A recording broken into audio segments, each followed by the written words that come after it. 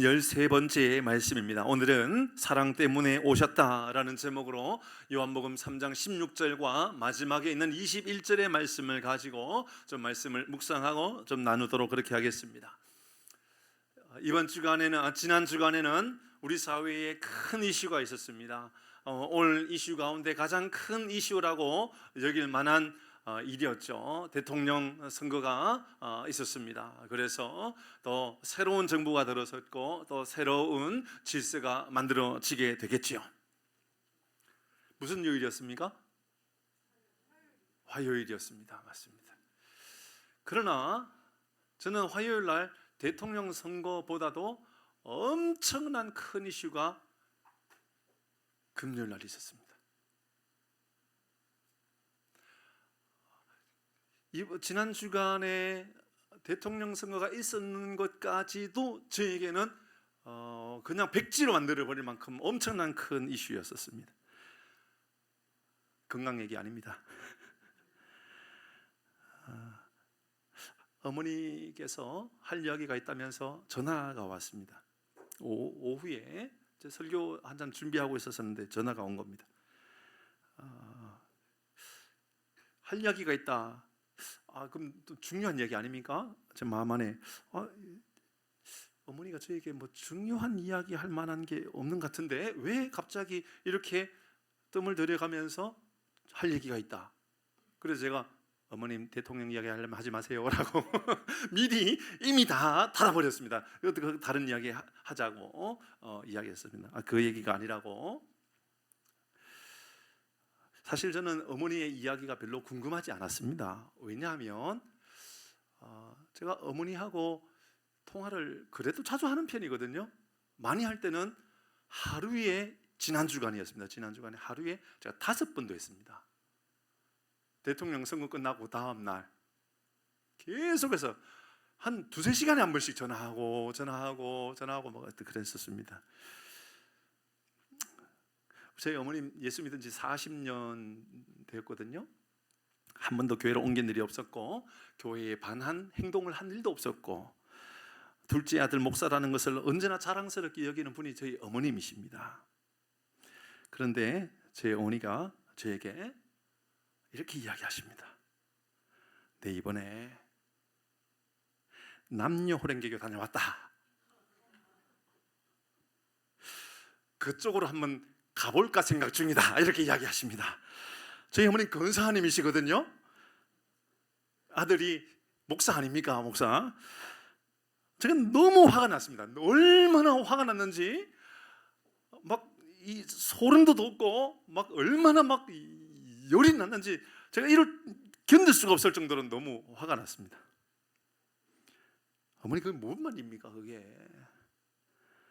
그 일본의 사이비 종교 불교 가운데도 이단으로 취급당하고 있는 그 남녀 호랭교고 거기 다니겠다라고 그런 이야기를 하시냐고 막 제가 막 화를 내면서 막 이야기를 한 겁니다. 화를 낼 만하죠, 그죠? 라고 일부 때 물었더니 이상한 집사님이 아니오라고 하시더라고요. 화를 낼 만합니다, 집사님. 다시 말씀드리지만 너무너무 속이 상하고 너무 막 화가 나가지고 어머니 그게 무슨 말씀이냐고. 그래서 제가 못할 말까지 했습니다. 뭐라고 그러냐면 어머니 평생 예수 믿다가 노년에 지옥 갈 작정을 하고 계시군요 라고 제가 막 화를 막 낸 겁니다. 그때 어머님이 이렇게 대답했습니다. 농담인데 그러더라고요. 이제 80 대신 우리 어머님 참 둘째 아들 가지고 막 이건 뭐 어떡하자라는 거지. 농담인데 라고 하십니다. 뭐 그런 농담을 왜 하십니까? 라고 그랬더니 나이가 드니까 교회 비슷한 나이 들었던 분들도 한 분 떠나고 재미도 없고 그래서 재미있는 뭐 일이 없을까 싶어가지고 둘째 아들은 받아줄 것 같아가지고 이 농담했다라는 겁니다. 심심해가지고 했다라는 거예요. 40년 예수 믿다가 노년에 남녀 호랭교회 가겠다라고 하는 그 말을 농담이라고 아들에게 한 겁니다. 아유, 지금 생각해도 너무너무 속이 상합니다. 제가 그때 끝나고 나선 어머니는 전화 끊으시라고 너무 화가 난다고 그러니까 저희 어머니 마지막으로 한마디 하셨습니다. 다음 주 주일날 설교할 때 이 이야기부터 해라 그러더라고요. 그래서 제가 지금 이야기하는 겁니다. 근데 어머니 왜 그 이야기 하십니까? 라고 다시 한번 여쭈었더니 어머니가 하시는 이야기가 집 옆에 슈퍼가 있는데 그 아주머니 전도하려고 교회로 인도하려고 그렇게 공을 들이고 있는데 그래 교회도 한 번 더 들고 가기도 하고 그랬답니다. 알고 보니까 그분이 남녀 호랭교회 다닌다라는 거예요. 그러니까 이제 그분이 자기가 교회에 한번 우리 어머님 따라 교회 갔으니 이제 남녀 호랭교회도 한번 가줘야 안 되나, 그래서 찾아오고 뭐 그러고 있다라는 겁니다. 부모이신 여러분 혹은 또 자녀이신 여러분, 아무리 심심해도 이런 장난은 치지 마세요. 심장이 뚝 떨어지는 그런 기분이 듭니다. 그날 제가 저녁까지도 제가 영향이 저에게 있더라고요. 저는 오늘 남녀 호랭교교든 이슬람이든 힌두교든 세상의 그 어떤 종교도 그 어떤 철학도 그 어떤 사상도 말하지 못하고 말할 수 없는 오직 성경에서만 말하는 그 한 문장, 그 한 말씀, 하나님이 세상을 이처럼 사랑하사 독생자를 주셨으니라고 하는 이 말씀을 오늘 함께 말씀을 나누고자 합니다.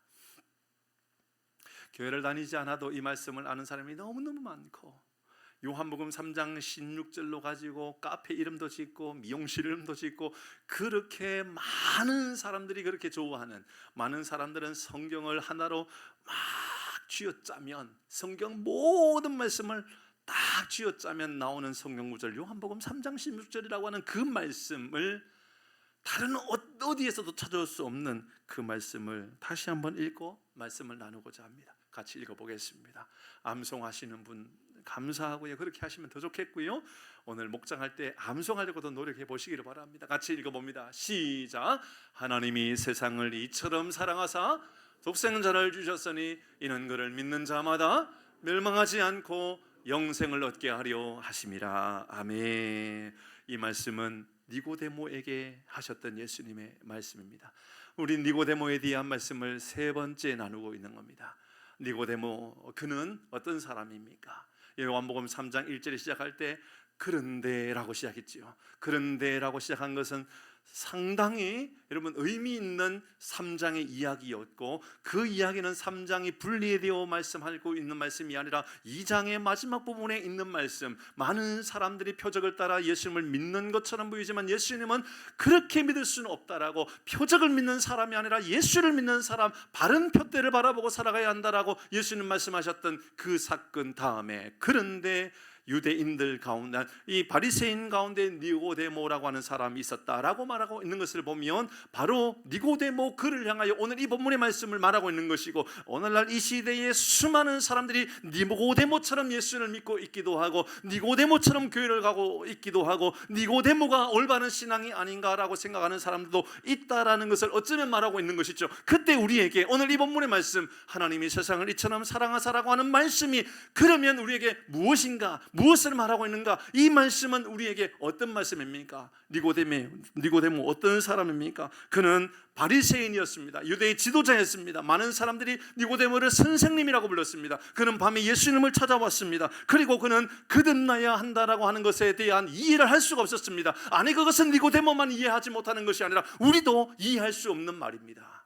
니고데모, 똑똑한 사람, 정치적인 지도자, 종교적인 지도자, 성경을 너무너무 많이 알고 있는 니고데모도 거듭나야 한다 그럴 때에 어떻게 선생님, 네 나이가 들어서 어머니 뱃속에 들어가서 다시 나올 수가 있습니까? 라고 물을 만큼 이해할 수 없는 말씀이었던 겁니다. 그때 예수님께서 물과 성령으로 거듭나야 한다, 그게 거듭나는 것이다. 어머니의 뱃속에 들어간다고 거듭나는 것이 아니라 우리는 회개하고 세례를 받고 하나님의 이름 앞에 나아가 믿음으로 말미암아 살아갈 때에, 성령의 사람이 될 때, 성령의 인도하심을 받고 살아갈 때 우리는 거듭난 사람, 이제 새로운 사람, 영생의 사람이 되는 것이다 라고 말씀하신 이후에 그것이 무엇인가를 계속해서 설명해 주고 있었던 것이지요.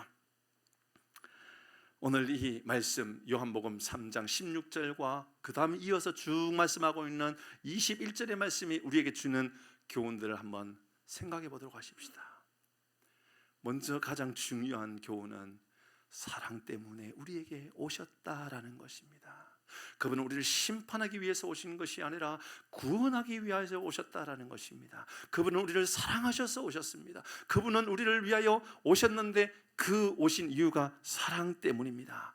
자, 이 16절의 말씀을 그렇게 성경의 말씀에 압축해 놓은 엑스와 같은 말씀, 성경 전체를 한 구절로 이야기하면 이 말씀이라면 이 말씀이 우리에게 어떤 교훈인지 하나하나 분석하면서 한 번은 연구해보고 넘어가도록 하십시다.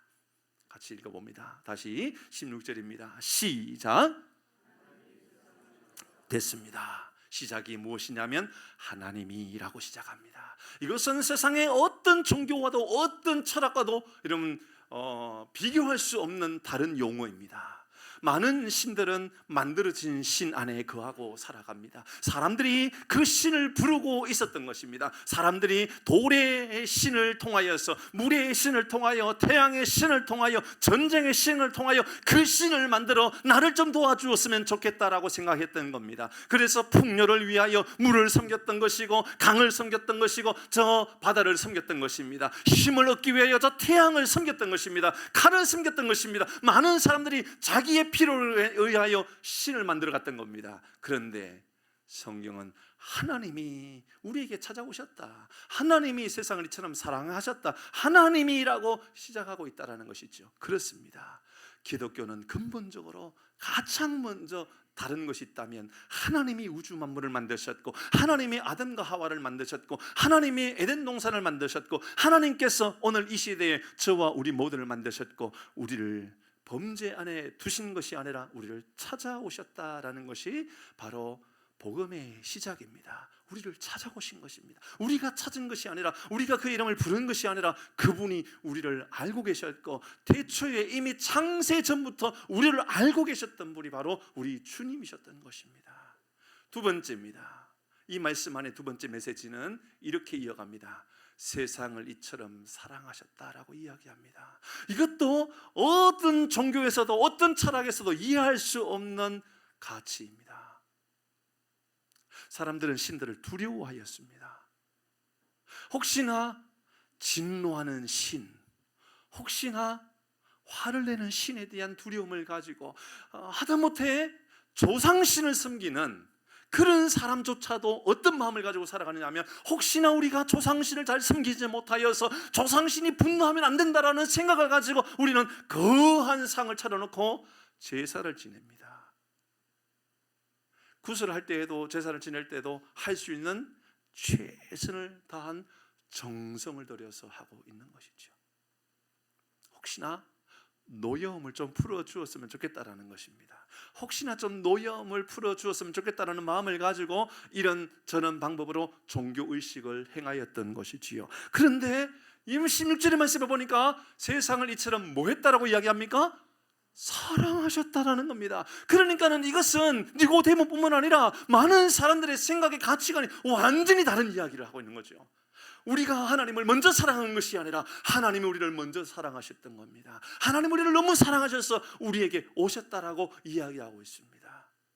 하나님으로부터 시작해서 그 하나님이 우리를 사랑하셔서 우리에게 오셨다라는 겁니다. 이처럼 사랑하사 그 다음입니다. 하나님이 세상을 이처럼 사랑하사 그 다음은 뭐라고 말하고 있죠? 시작. 됐습니다. 독생자를 주셨다. 독생자가 뭐지요? 예수님. 독생자가 무엇이지요? 하나님의 외아들. 맞습니다. 그런데 말이지요, 독생자를 하나님의 외아들, 하나님의 한 분밖에 없는 아들로 알고 계신다면 맞는 이야기지만, 여러분 이 독생자라는 말에 대하여 10%도 아니 1%도 우리는 잘 표현한 것이라고 말할 수가 없습니다. 왜냐하면 우리 인간의 언어로 사용할 수 있는 언어의 한계 때문에 독생자라고 표현했지, 실제로 독생자라는 말 안에는 또 다른 가장 깊은 의미를 담고 있습니다. 이 말은 얼마나 하나님이 그 당신의 사랑하는 아들이 얼마나 위대한 분인지, 얼마나 존귀한 분인지를 다 담고 있는 단어입니다. 우리는 그냥 독생자, 외아들 정도로만 이야기하고 있지만 사실은 그런 의미가 아닙니다. 예수님께서 어떤 분이냐면 영광과 존귀와 능력과 권세가 그분에게 다 있는 분이다라고 하는 것을 다 담고 있는 것이지요. 바울은 이것을 너무너무 잘 알고 있었습니다. 그래서 성경을 표현할 때, 성경을 기록할 때에 독생자 예수님에 대해서 이야기할 때 그냥 이야기한 것이 아니라 여러분 수 없는 말씀에 하나님과 같은 분이라고 반복하고 또 반복해서 이야기하고 있죠. 빌립보서 2장 6절입니다. 같이 읽어봅니다. 시작. 그는 근본 됐습니다. 바울은 예수님이 독생자라고 이해하고 있지만 그것으로 표현하는 것은 좀 부족하다. 그것으로는 뭔가가 연약한 표현이 있다. 무엇이냐? 그분은 하나님과 같은 근본 하나님의 본체다라고 이야기하고 있습니다.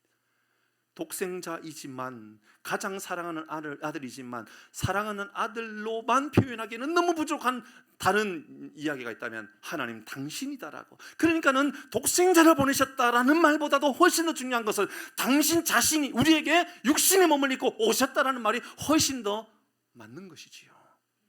이것을 히브리서 1장에서는 조금 더 구체적으로 표현하고 있거든요. 보십시다. 독생자를 우리에게 보내주셨다. 그분이 어떤 분입니까? 히브리서 1장 3절입니다. 시작.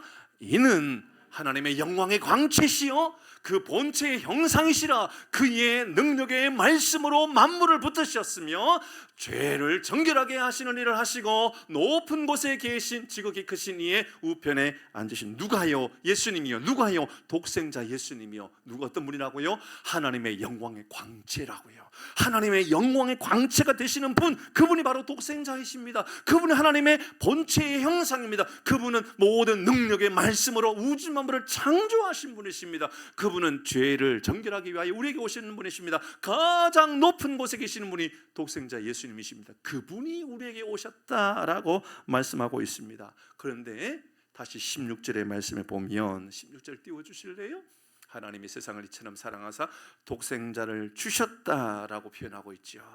이 말씀이 여러분 우리에게 주는 교훈은 세 번째 말씀 드리지만 독생자를 그냥 우리에게 보내셨다라는 말이 아닙니다. 이 원어적인 의미를 보면요, 주셨다라는 것은 값을 치르기 위하여 오셨다라는 의미가 훨씬 더 강하게 표현되어 있습니다. 그러니까 예수님은 이 땅에 오셔서 여러분 니고데모에게 설명해 주고 있지만 당신이 우리 인생의 모든 니고데모 그 자신과 우리 모두의 죄값을 대신 갚아주기 위하여 치루어주기 위하여 오신 분이라는 말을 독생자를 주셨다라는 말 안에 포함하고 있다 그 말입니다.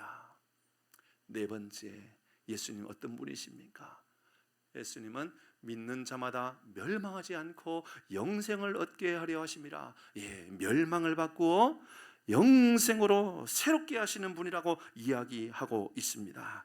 믿기만 하면, 믿음 안에 거하기만 하면 멸망에서, 심판에서, 저주에서, 이런 고통에서, 근심에서, 책망에서 무엇으로 바꾸어 주십니까? 영생으로, 소망으로, 위로로, 은혜로, 감사로 완전히 바꾸어 주셨다 그 말입니다. 누구에게요? 믿는 자에게요. 오늘 16절의 말씀에 보니까 그를 믿는 자마다라고 이야기하고 있죠. 기억하셔야 됩니다. 이는 그를 믿는 자마다. 누구에게요? 믿는 자마다.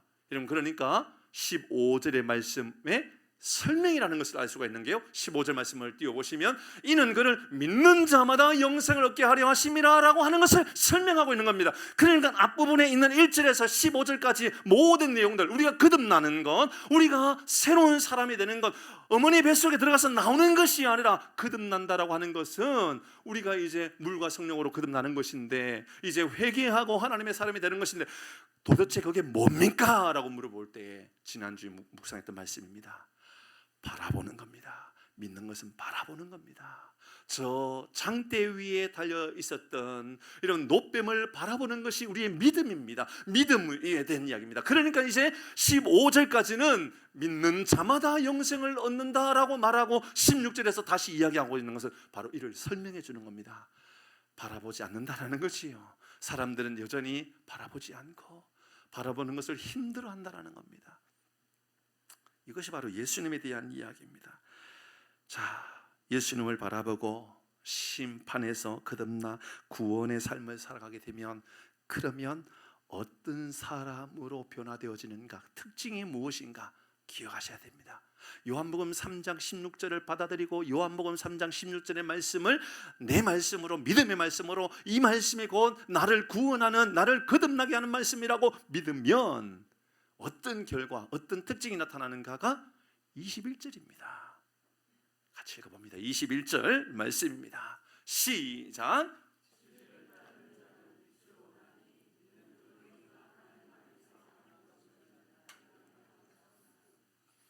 마지막 절 이야기. 진리를 따르는 자는 빛으로 오나니. 왜 갑자기 이 설명을 실컷 이건 거듭나야 한다, 물과 성령으로 뭐 이야기하시다가 장대 위에게 설명을 그렇게 하다가 니고데모에 대한 이야기 마지막 부분에 진리를 따르는 자, 예측하시겠지만 진리를 따르는 것, 예수님을 따르는 것이고 참됨을 따르는 것이라고 이야기하죠. 그런데 진리를 따르는 것은 그 다음에요 빛으로 온다라고 이야기합니다. 왜 이야기했을까요? 그렇습니다. 이 이야기를 지금 니고데모에게 하고 있기 때문입니다. 니고데모가 언제 찾아왔죠? 밤에였습니다. 그랬습니다. 사람들이 밤에 다니고 있었던 겁니다. 다시 말씀드리지만 니고데모가 밤에 찾아온 것은 그가 다른 사람의 눈치가 보여서, 다른 사람을 피하여서, 어쨌든 뭐 마음이 소심해서 뭐 이런 표현도 있을 수 있지만 어쩌면 그것은 당시 시대가 어둡고 캄캄한 시대일 수도 있고, 그의 삶이 그럴 수도 있고, 그의 가정이 그럴 수도 있고, 그의 사회가 그럴 수도 있고, 오늘날 이 시대도 마찬가지인 겁니다. 잘 기억하셔야 됩니다. 여러분, 이곳에 계시는 분들 가운데 어떤 이들은 이 대통령이 되었다, 저 대통령이 되었다, 나는 마음에 안 든다, 나는 마음에 든다, 다 다를 겁니다. 그러면 빛이 옵니까? 그럼 더 좋은 세상이 옵니까? 그러면 여러분 희망대로 길이 열려집니까? 아닙니다. 어쩌면 우리도 그때도 여전히 제가 말씀드렸던 것처럼, 금년에 말씀드렸던가요? 저는요 앞으로 또 이재명 대통령을 위하여 열심히 깊이 기도할 겁니다. 마음에 들어서요. 제가 마음에 들고 안 들고가 중요한 게 아닙니다. 하나님께서 세우셨다면 이유가 있는 것이고, 이를 위하여 기독교인으로서 기도해야죠. 그런데요, 그게 어쩌면 니고데모처럼 로마의 통치 아래 있는 나라가 어둠에 있는 것처럼 느껴졌던 그 마음이 어쩌면 니고데모의 마음이었고, 그게 사회의 마음이었고, 그게 어쩌면 갈급해야 하는 우리 모든 민족의 마음이라 할지라도 21절 마지막 니고데모를 향하여 하셨던 이야기는 바로 이 말씀이었던 겁니다. 진리를 따르는 자는, 예수님을 따르는 자는 어디로 간다고요? 빛으로 간단 말입니다. 요한복음 3장 16절을 알고 살아가는 사람들은요 어둠을 싫어하는 겁니다. 여러분, 분쟁을 싫어하는 겁니다. 여러분, 세상의 불의한 것들을 싫어하고 끊임없이 우리는 믿음으로, 말씀으로, 그래도 생명으로 가야 한다라고, 그래도 우리는 빛으로 가야 한다라고. 여러분, 나라와 민족을 위하여 기도할 때, 가정을 위하여 기도할 때 하나님, 우리가 가야 할 곳은 빛으로 가야 되지 않겠습니까? 사랑하는 교회 여러분, 빛으로 가는 삶을 살아가기를 바랍니다. 니고데모가 밤에 찾아왔습니다. 예수님께서 말씀하십니다. 빛으로 나가야 한다. 진리를 따르는 사람은 빛으로 나가야 한다. 2절 말씀에 보면 실제로 이렇게 말씀하셨죠. 2절 말씀 띄워주시면 그가 밤에 예수께 왔다 그랬습니다.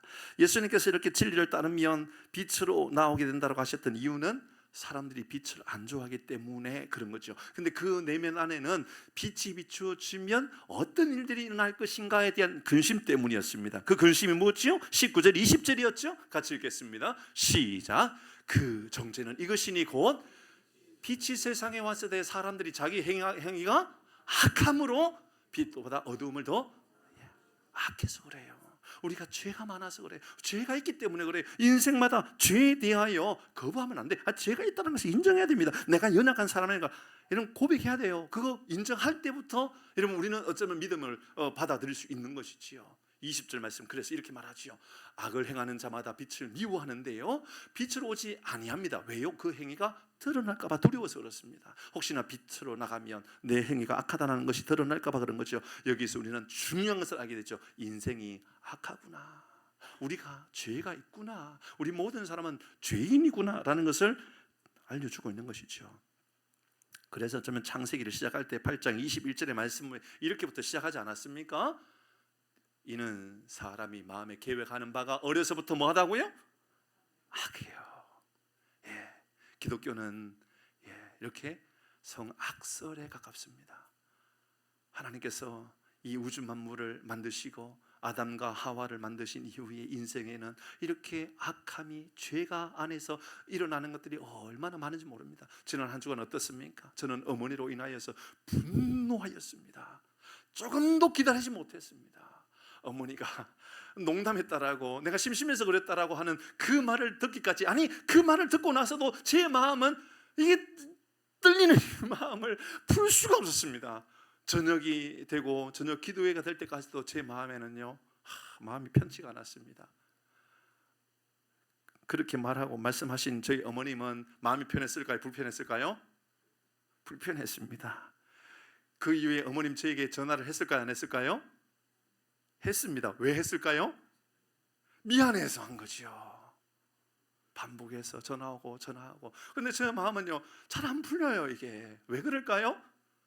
제가 죄인이기 때문에 그렇습니다. 제 안에 죄인이라고 하는 것이 이렇게 드러난단 말입니다. 불교에서도 번뇌라고 하는 단어를 쓰거든요. 번뇌, 사람이 태어날 때부터 번뇌를 가지는데 왜 번뇌를 가지느냐? 불교에서는요, 탐욕과 분노와 어리석음, 이런 것들이 어렸을 때부터 사람의 번뇌를 만든다라고 이렇게 가르쳐 줍니다.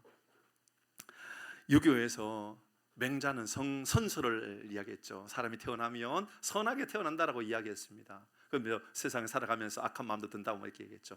그런데 유교에서 맹자가 아니라 또 다른, 저희 아내하고 이름 똑같은 사람이 있죠. 이곳에도 계시네요. 순자라고 하는 분이 있습니다. 맹자 말고 순자라는 분이 있습니다. 그는 성악설을 이야기했습니다. 성악설.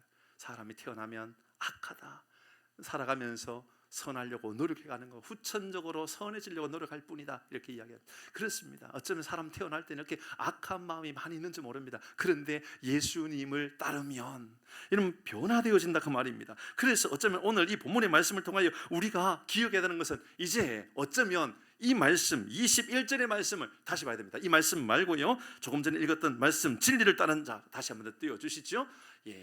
보십시다. 진리를 따르는 자는 빛으로 오나, 저는 이 해석이 조금 아쉽습니다. 좀 아쉬워요. 진리를 따르는 자는 빛으로 오나니, 이 말씀을요 잘 기억하셔야 됩니다. 히브리서의 말씀에 보면 분명히 우리는 빛이 없는 존재라고, 우리는 빛이 우리 내면 안에서 나올 수 있는 존재가 아니라고 설명했습니다. 그럼 우리는 우리 가운데 예수님께서 말씀하셨던 너희는 세상의 빛이 비치도록 하라고 하셨던 말씀은 뭡니까? 우리는 발광하는 빛이 아니라 반사하는 빛이라는 얘기입니다. 예수님이 빛이 비추어짐으로 말미암아 빛이 비추어져야 된다는 것이죠. 그러면 우리는 빛이 비추어지기를 원한다면 우리는 어디에 있어야 되죠? 어렵나요? 다시요, 잘 기억하셔야 됩니다. 중요한 이야기입니다. 우리는 발광체가 아닙니다. 발광체는 스스로 빛이 비춰지는 존재지요. 우리는 반사체입니다. 빛이 우리에게 비춰져야만 우리가 빛이 빛나는 사람입니다. 그러면 우리의 삶에 빛이 비춰지기를 원한다면 우리는 어디 있어야 된다는 거예요? 빛이 있는 곳에 있어야 되는 거죠. 우리는 빛이 있는 곳에 있어야 됩니다. 그러니까 21절에 진리를 따르는 자를, 다른 말로 빛을 좋아하고 빛을 사모하는 그 사람은 빛으로 나아갈 수밖에 없다, 이 말이 되는 거죠. 그러니까 이 말씀을 공동 번역은 이렇게 표현했는데요, 이 표현이 참 기가 막히게 맞는 표현이라는 생각이 들었습니다. 읽어볼까요? 공동 번역은 이렇게 말합니다. 시작. 그러나 진리를 따라 사는 사람은 빛이 있는 대로 나아간다. 그러니까 내가 빛이 빛난다라고 생각하지 마세요. 그런 착각에 빠지면 안 됩니다. 내가 얼마나 선한 사람이고, 내가 얼마나 대단한 사람이고, 내가 얼마나 좋은 빛이 비치는 사람이다, 그런 착각에 빠지지 마세요. 우리가 빛이 내게 자꾸만 비춰져야만 해요. 그러니까 빛으로 나가는 일을 좋아해야 되는 거예요. 어두운 데 자꾸 나가려고 그러지 말고요, 빛으로 자꾸 나가려고 애를 써야 되는 거예요. 어떤 사람이 이것을 인생은 공사 현장과 같다라고 표현했는데 참 기가 막힌 표현이라는 생각이 들어요. 여러분, 공사 현장에 가면 조용해요? 시끄러워요? 시끄러워요. 여러분, 그곳에는 깨끗해요? 흙먼지 날려요? 흙먼지 날려요. 근데 흙먼지 날린다고 공사 현장 야단칩니까? 뭐라 그럽니까? 아니지요.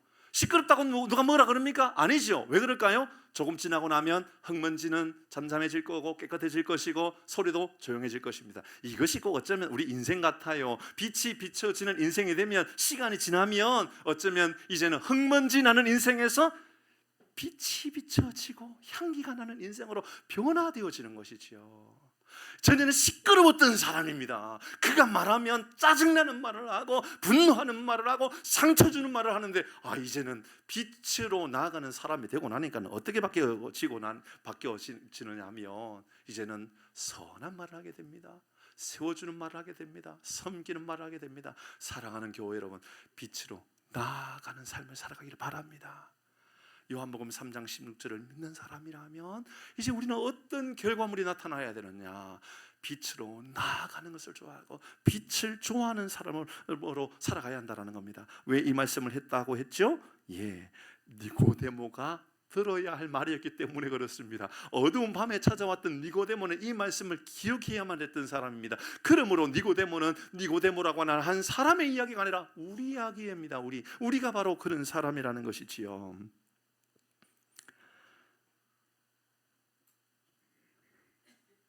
그래서 바울은 어쩌면 우리 인생이 주님 오시는 그날까지 계속해서 성장하고 변화되어지고 지어져 가야 되고 그런 존재라고 설명하지 않았습니까? 에베소서 2장 22절 같이 읽습니다. 시작.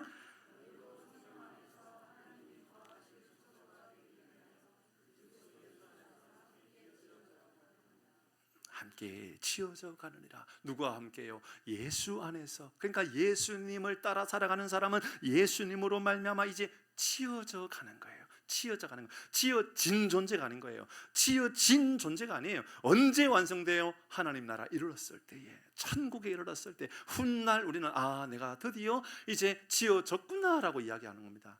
우리는 빌딩 되어 가는 거예요. 계속 만들어져 가는 거예요. 세워져 가는 존재라는 거죠. 여러분, 주님 오시는 그날까지 내가 부족한 사람이고, 그래서 부족한 나는 빛을 바라보고 빛을 향하여 나아감으로 인하여 세워지는 우리 모두가 되기를 바랍니다. 사단의 전략은요, 계속해서 의심하게 하고 미워하게 하고, 그것은 아담과 하와 때부터 시작되어서 지금까지 변함없는 전략이에요. 근데 그 전략을 여러분, 지금 그 사탄의 전략을 지금 우리도 그 전략 앞에 유혹에 넘어가 있는 사람들이 있을 수 있지 않습니까?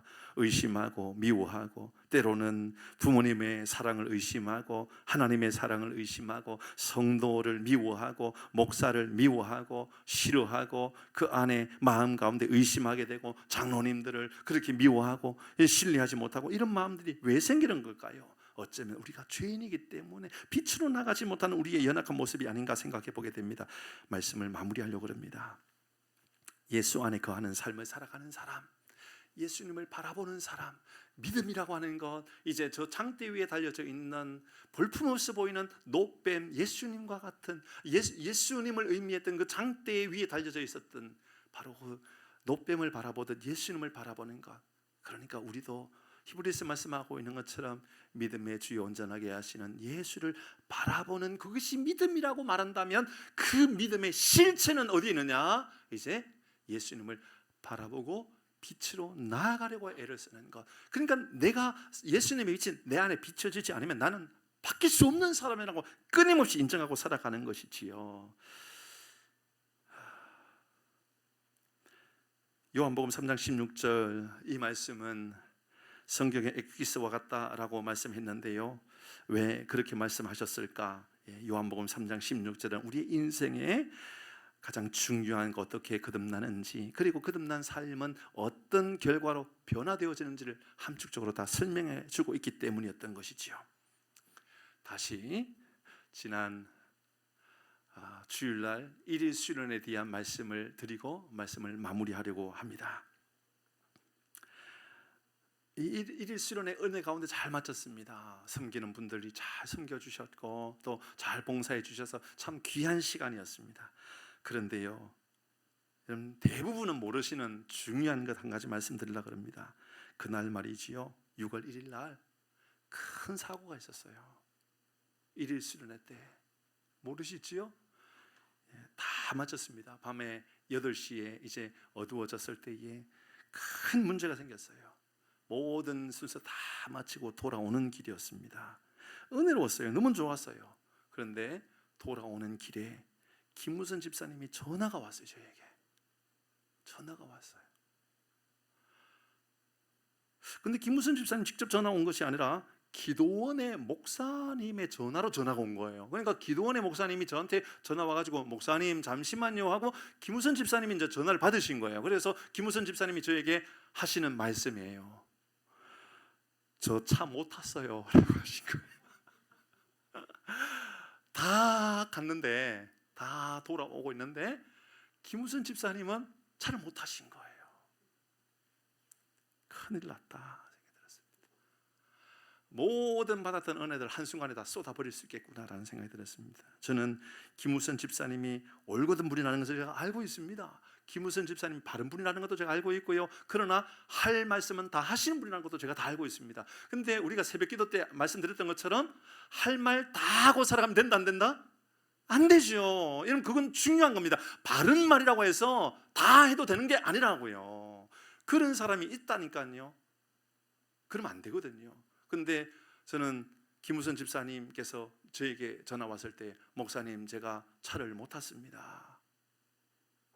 다 왔는데 말이죠. 이제 제가 팔당대교를 막 넘어오려고 하는데 이제 전화가 와서 못 탔다 그랬습니다. 제 마음 안에 큰일 났다. 차라리 우리 장로님을 두고 올 걸. 그건 괜찮을 텐데. 원로 장로님 두고 와도 괜찮고 뭐 다른 분은 다 되지만 김우선 집사님은 안 된다. 제 마음 안에. 왜냐하면 우리가 얼마나 불편해질까, 얼마나 불편할까 이런 마음이 사실 들었습니다.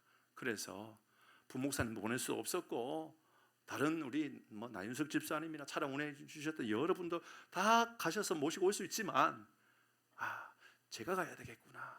제가 가서 모시고 와야 되겠구나. 그리고 집사님 제가 실수했어요. 집사님 죄송합니다라고 말씀드려야 되겠구나. 그래서 마음을 풀어드려야 되겠구나. 그런 마음을 가지고 마음을 단단하게 먹고 기도원에 들어갔습니다. 기도원의 입구에 밖에 나와 계시는데 김우선 집사님이요 웃으시면서 이렇게 말씀하셨습니다. 저는 분명히 김우선 집사님 화가 많이 났을 것이라고 생각하는데 우리 집사님 하신 이야기는 제가 나이가 드니 좀 부족한 게 많죠 라고 이야기하십니다. 저는 우리 집사님께서 참 빛으로 가려고 몸부림치고 있다는 게 느껴지는 순간이었습니다. 저는 집사님이 좀 화가 났을 것이고 화가 나가지고 물론 우리가 실수해가고 못 모시고 오신 건 아니에요. 여차한 어떤 상황이 있었습니다. 그러나 그런 상황을 떠나서 제가 목회자로서 우리 교회를 대표하고 있는 사람으로서 마지막에 끝에 한번 쭉 부목사하고 같이 돌아보고 오면 얼마나 좋습니까? 그러니까는 저는 이것이 김우선 집사님의 실수라고 생각하지 않고 저의 실수라고 생각한 겁니다. 그럼 교회자의 실수이고 장로님의 실수라고 저는 생각한 겁니다. 그런데 그렇게 실수한 저를 향하여 우리 집사님께서 도리어 위로해 주시면서 목사님 나이가 드니까 이렇게 저도 실수할 때가 있네요. 오는 내내 제 마음이 얼마나 좋았는지 모릅니다. 얼마나 평안했는지 모릅니다. 사랑하는 교회 여러분, 어두움으로 가려고 애를 쓰지 마시고 빛으로 가려고 노력하는 여러분 되시길 바랍니다. 빛으로 가는 삶을 살아가야 돼요. 이게 바로 어두움에 거하는 삶이 아니라 빛에 거하는 삶의 특징이고 모습입니다. 저는 너무너무 우리 김우선 집사님 사랑하게 되었어요. 너무너무 고맙게 생각하는 그런 분이 되었어요. 에베소서에 이렇게 말씀합니다. 5장 8절 9절입니다. 8절 시작. 너희가 전에는 어두움이더니 이제는 주 안에서 빛이라. 빛의 자녀들처럼 어떻게 이렇게 살아갈까요? 전에 어두움이었는데 이제 빛이 되었습니다. 이제 빛이 되었으면 어떻게 이렇게 살아갑니까? 9절입니다. 시작. 빛의 열매는 모든 착함과 의로움과. 예수 잘 믿는 것은 빛을 바라보고 내게 빛을 비추어 주옵소서.